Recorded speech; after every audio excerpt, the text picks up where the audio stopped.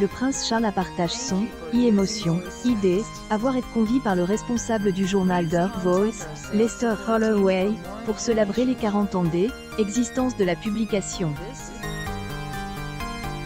Le média, décrit comme une institution de la nation britannique par le fils de la reine Elisabeth II, est en effet le seul journal dédié à la communauté noire, sa culture et les problèmes qu'elle rencontre au Royaume-Uni.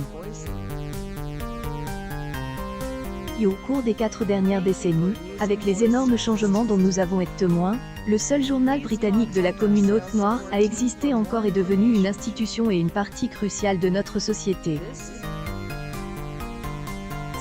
Et pour cela que je suis tellement ému d'être invité à diriger cette édition spéciale, a fait savoir le futur roi d'Angleterre dans un communiqué.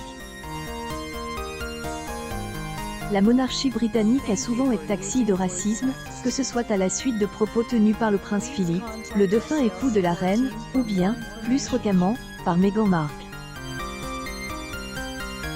Proposé à elle, héritier au trône d'être le rédacteur en chef invite du numéro anniversaire de la publication, il doit surprendre, précise le responsable du média.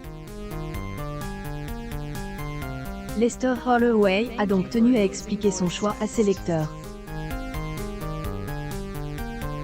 Nos lecteurs doivent être surpris du parallèle entre les problèmes que The Voice a mis en avant pendant 4 décennies et le travail dans lequel a été impliqué le prince de Galles pendant la même période, souvent en coulisses.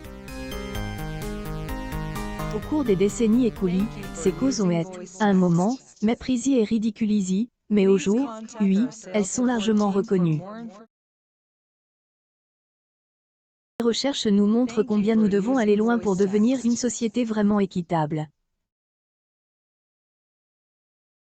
La conscience de cela, et est une raison d'être optimiste, a commenté Lester Holloway à la BBC.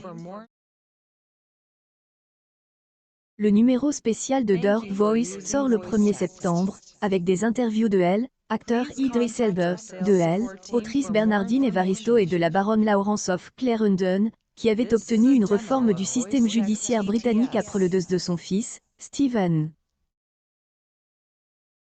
Le dernier avait été victime, en 1993, d'un crime raciste commis par 4 hommes blancs, dont 3 avaient été acquittés. Il avait été prouvé, grâce au rapport Macpherson en 1999, que les policiers avaient bâclé leur enquête sur fond de racisme systémique.